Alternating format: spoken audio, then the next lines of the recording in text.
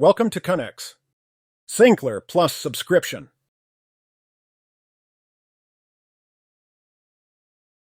First, scroll down and select Settings. A pop-up box will appear on the right side of your screen with several options. Understanding the options. Here's what the options mean. Manage. This shows that your account is currently active and displays the expiration date. Resolve. Use this to restore or renew an account that has expired, or if you have too many accounts registered. Join. This is for activating a new account for the first time. Select one of the available options. Once selected, you'll be taken to the next screen where you'll see two dialog boxes. In the first box, input the 16-character ID provided to you by Connex. In the second box, enter your account number and device number, which are also provided by Connex. Once you've entered all the details correctly, click Activate.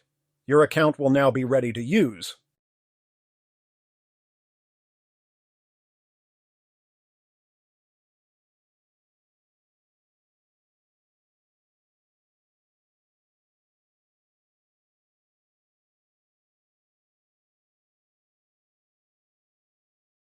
If you have any questions, feel free to reach out to Connex support. Thanks for watching.